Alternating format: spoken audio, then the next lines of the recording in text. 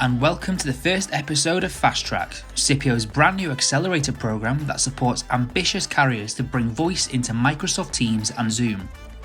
Over the next few months, we'll learn everything there is to know about voice enablement in the cloud, from identifying opportunities in your sector to creating excellent customer experiences, to engineering and optimizing your stack, to building compelling go-to-market propositions.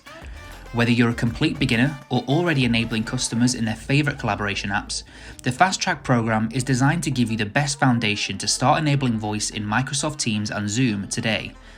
In this episode, we're joined by Dawn Marie Elder and Neil Whitelock to discover what it takes to become a market leader.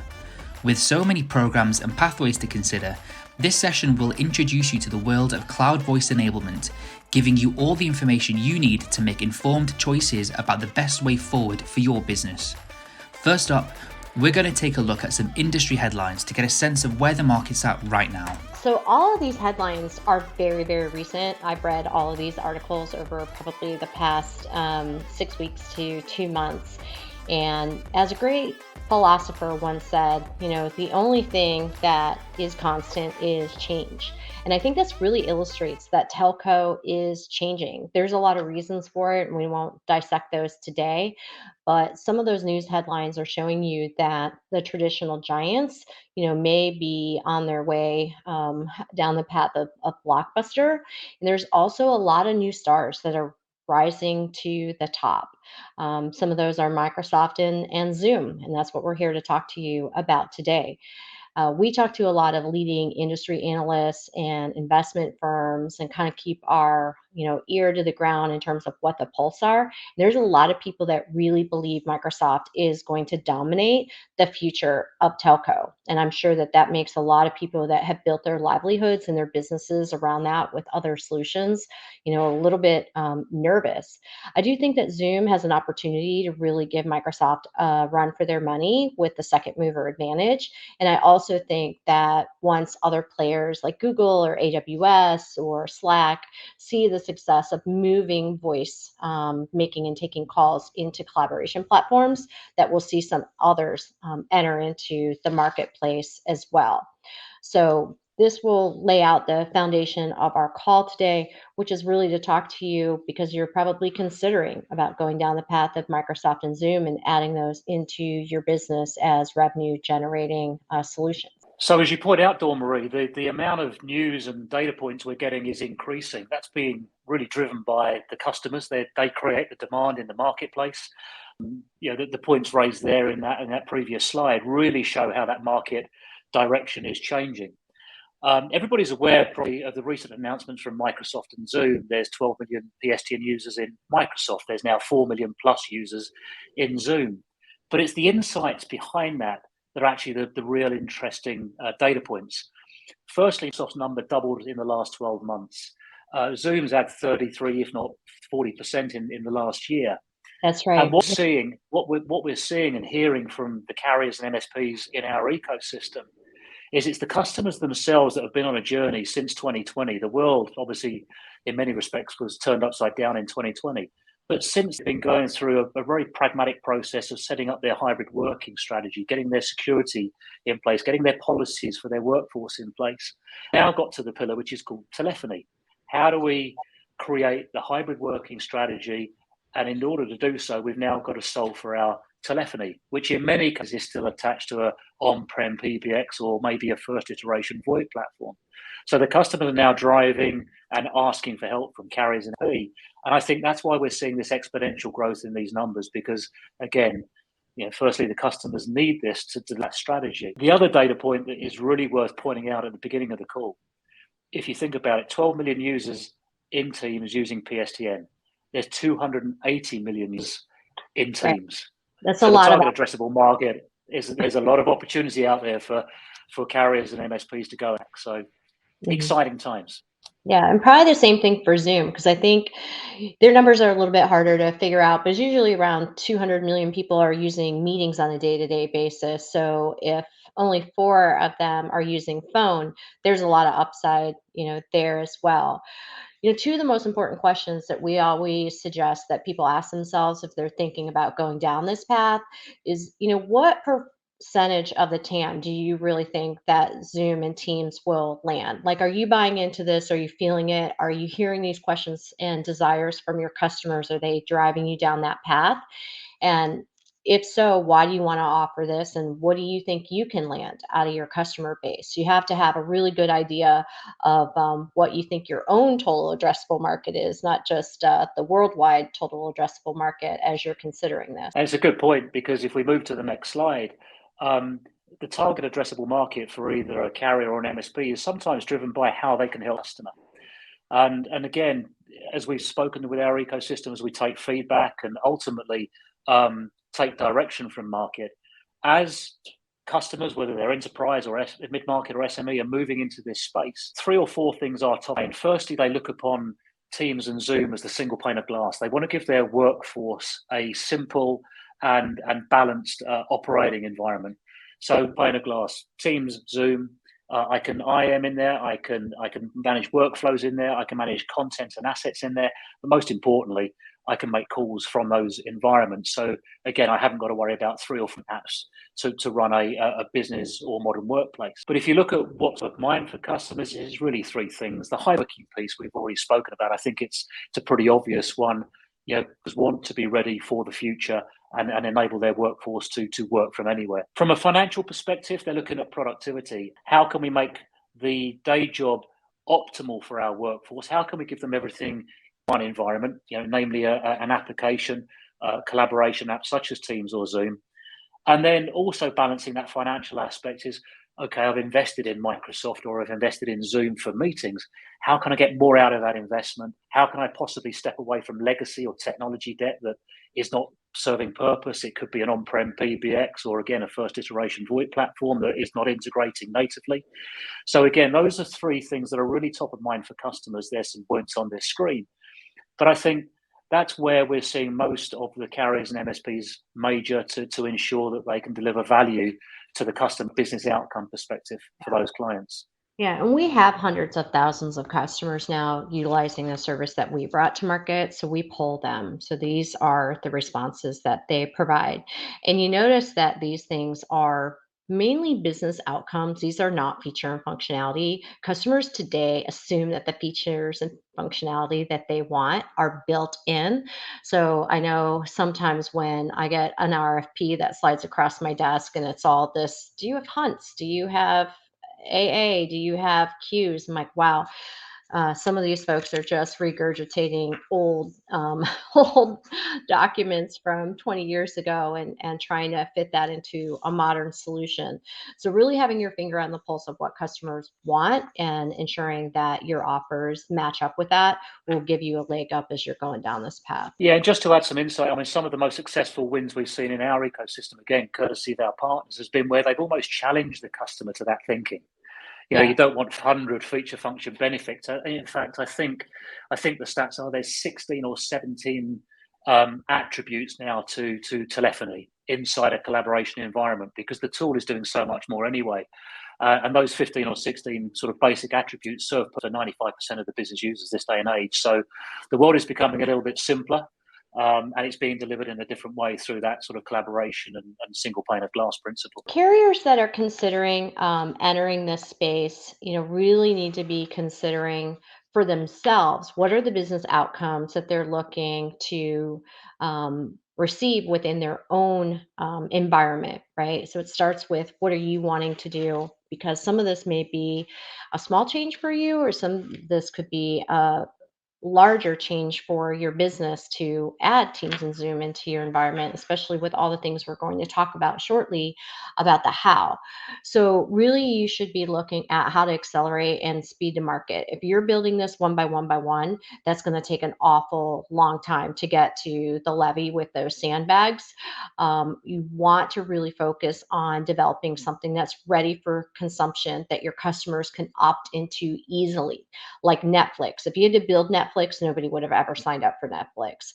And you want to make sure that you're there to increase your share of the market and you have a pretty immediate break even point. Because if you're thinking about building this and your costs are showing you that you have to sell, 50 billion, gazillion seats to get to a break even point, that's probably not going to be the best path for you. And then your senior leaders will be looking at how did they reduce that investment risk and ensure that they're getting a return on that, because they'll want to make sure that they're always delivering the latest and greatest to the customer and that you're driving value for that customer, because that customer is only going to buy if they're seeing the value, if you can help them with their end user adoption. When customers buy into something and they don't have a good plan for end user adoption and it's not streamlined, that's usually when they go back to the drawing board after a project has lagged for some time. But the best way to drive that adoption is just to give them a fantastic experience. And when you do that, you'll create that lasting impression with them in a long-term relationship. And once you have that long-term relationship, that's really where you can get very agile at protecting your base and then upselling to bring new customers into that base and increase your monthly recurring revenues, increase your average revenue per user with all the upsell and add-ons that we're going to show you in a couple minutes, and really drive a really solid customer lifetime value metric, which these are all things that people in the street and the marketplace are looking at today as these new SaaS-like statistics. One of the funnest things to always talk about is how are you going to make money and how is your business going to drive revenue in this day and age. So adding Teams and Zoom, can really change the perception of SIP being a commodity. I'm sure that's something that you've heard and you've rolled your eyes out. But what's the best way to turn the commodity into something? Well, think about water. Whoever put it in a bottle with a cap took a commodity and made it into something that was value.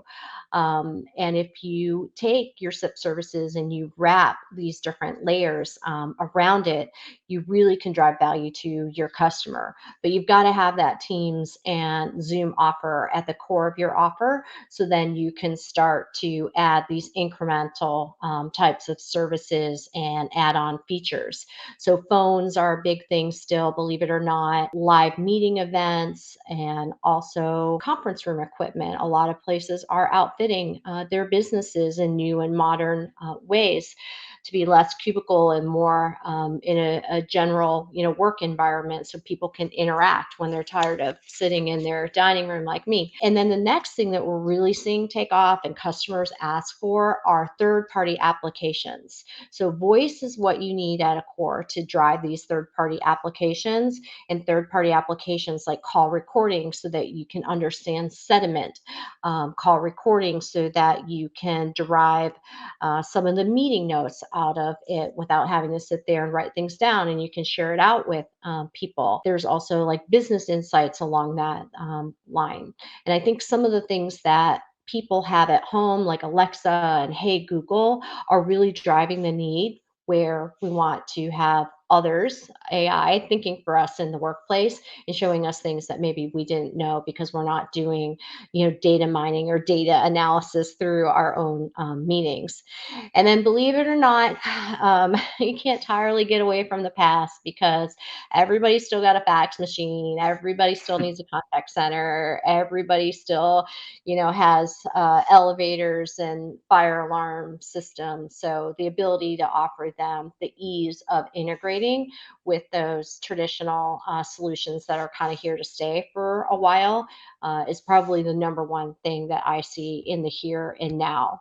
And then, Neil, I'll kind of ask you what you're seeing people asking for around the managed services and support wrappers, because I know this is how a lot of our carriers and partners really increase that ARPU is in this area. No, it's a good point, and you've outlined, how the carriers can use the voice as an anchor point and drive the additional value, the additional revenue. These are all certified for Teams and Zoom, so in theory, easy to deploy. But again, the customers are wanting to have these environments delivered and managed for them, so that creates opportunity for a voice service, a managed service wrap, to integrate those services, but also provide that 24/7 support. Customers this day and age really want to focus on their own business, their own customers, less so about managing the environment. So this is the real opportunity for the ecosystem to embrace that pivot and sort of deliver it as a service, very succinctly, very quickly, with clearly the customers, the end users outcome in mind. Moving on to that next slide, this is where there's areas for consideration, because this slide really starts to outline how you bring this to life and what needs to be considered. I'm just going to focus very quickly on the two columns on the left. No need to walk through them, line by line. They speak volumes for themselves. When you're considering enabling voice in Teams and Zoom, especially if you want to consider Operator Connect and Zoom peering, not only have you got to consider the cost, the resource, the time, the budget, and the skill set to bring this together from either a technical stack perspective or either the development or coding for automation. You've got to balance it with the market itself and the demand in the market. The market is moving quickly. Customers have now got to this point again where they want to have their voice enablement ratified. They want to integrate that with their hybrid strategy, hybrid working strategy. So again, you've got this market force creating speed and velocity to balance that with the potential of, do you look to build or do you look to consume and grow quickly and deliver something to the market now? The other area of iteration, before I just hand back to Dawn Marie on the columns on the right hand side, is much of the integration and development on the left is highly governed. Microsoft and Zoom set high governance and guidance structure on how you can operate in those respective marketplaces. So again, something else for consideration. I think the growth comes from actually how the carriers and MSPs develop the go-to-market, the messaging, the value, as much as what is under the. Yeah, and these are two of the areas where I think oftentimes it's an afterthought versus a forethought. We see people that are really focused on the left side of these slides, and as you said, Microsoft and Zoom have really defined the expectations of what they expect in the architecture and in the automation. But being successful goes well beyond that, because you have to be able to create a compelling offer to bring to your marketplace and have a mechanism of which you get those offers into the marketplace in a timely manner. So sitting down and really defining, what is your offer going to be?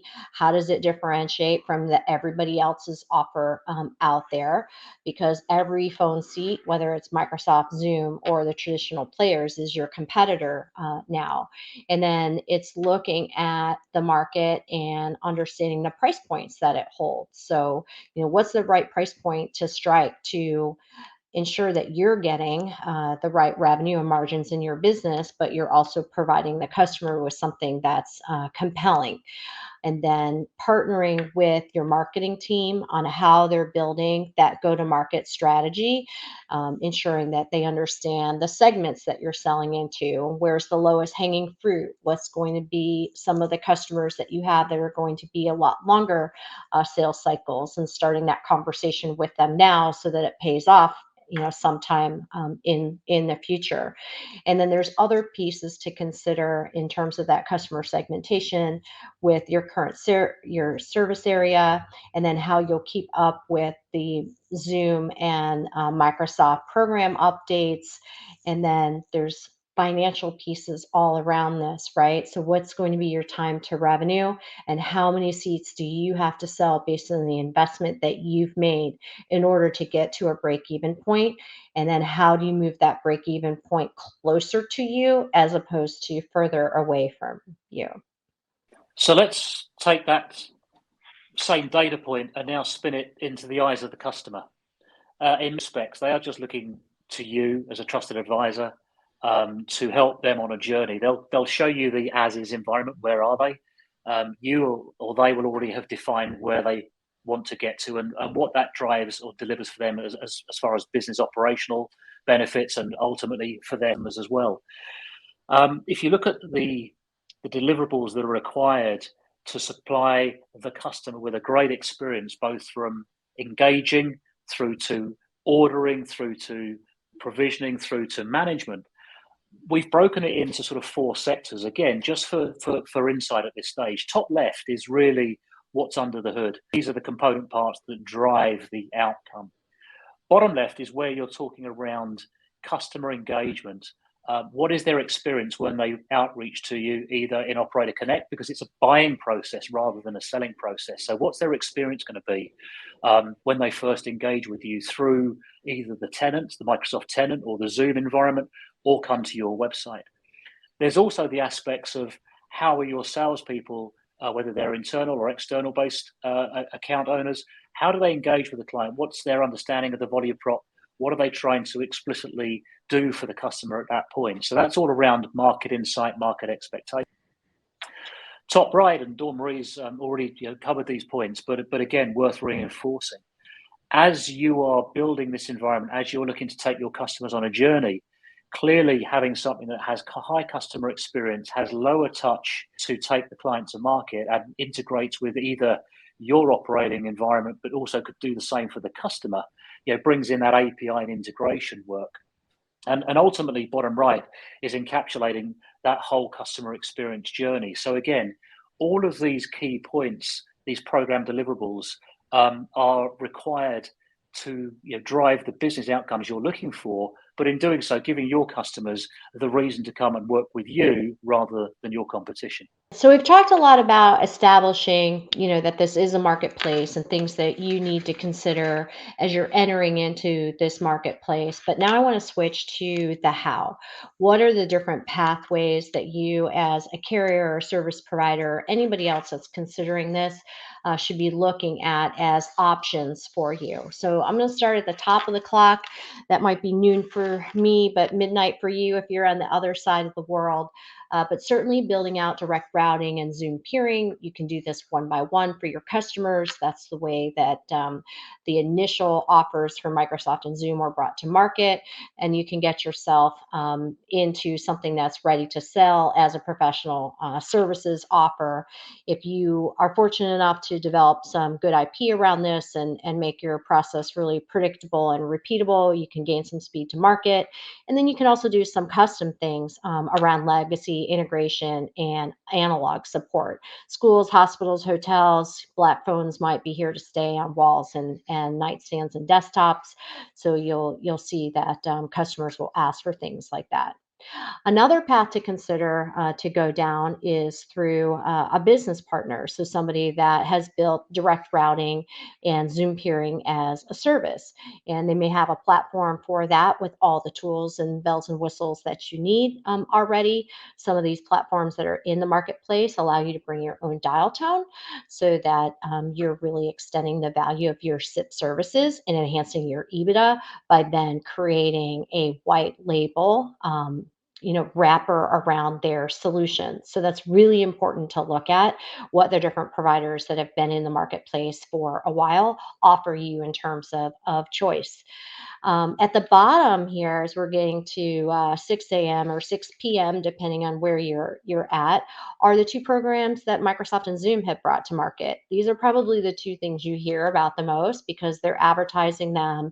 Customers are talking about these programs. Partners are talking about these programs. They're at all the events, et cetera. And both of these programs have really defined expectations and technical reviews, guidelines, and processes to get certified.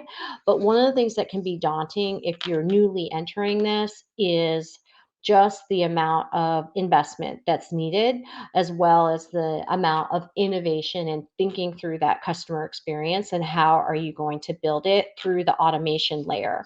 And to prove my point that it's daunting for a lot of people, if you look at most of the providers in these programs today, very few of them have been able to bring to life the automation, and they're kind of struggling with that, which is where you might want to bring in an accelerator partner that Microsoft and Zoom have certified to help you in these areas, because I think whoever gets to nailing that customer experience first in a very logical, methodical type of way, and able to transact quickly like a Netflix transaction will be the people that can really boost up their market share and make a name for themselves quickly. The next area that I want to talk about may be something you've considered or not, and that is, how will you look at extending your offer?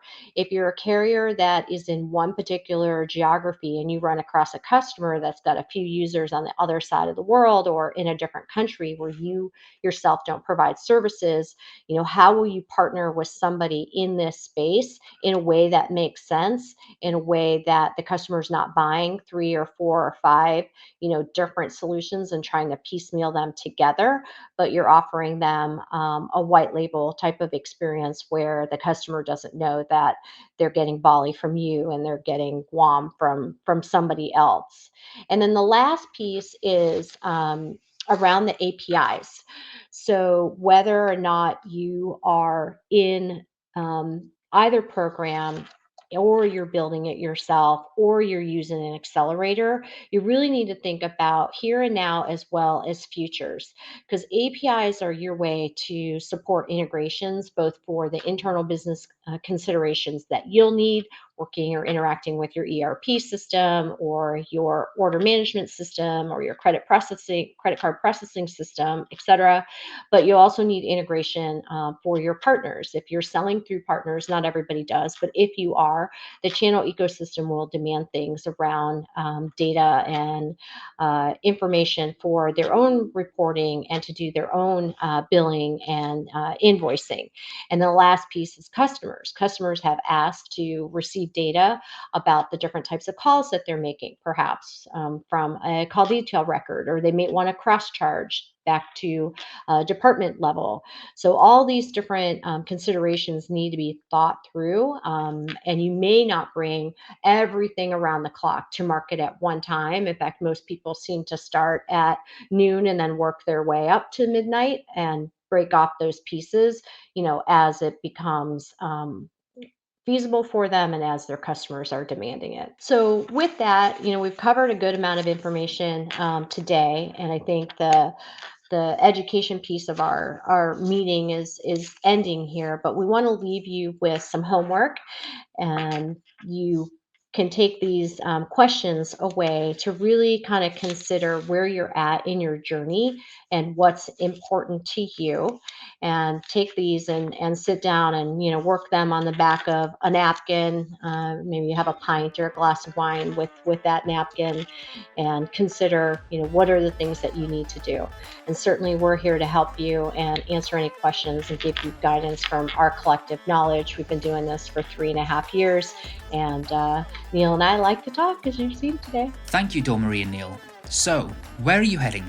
Perhaps you're eager to get started right away, but you may need to understand more about where you're at right now before you can plan forward. This exercise is designed to get you thinking about your voice practice and to consider the most appropriate pathways for your business.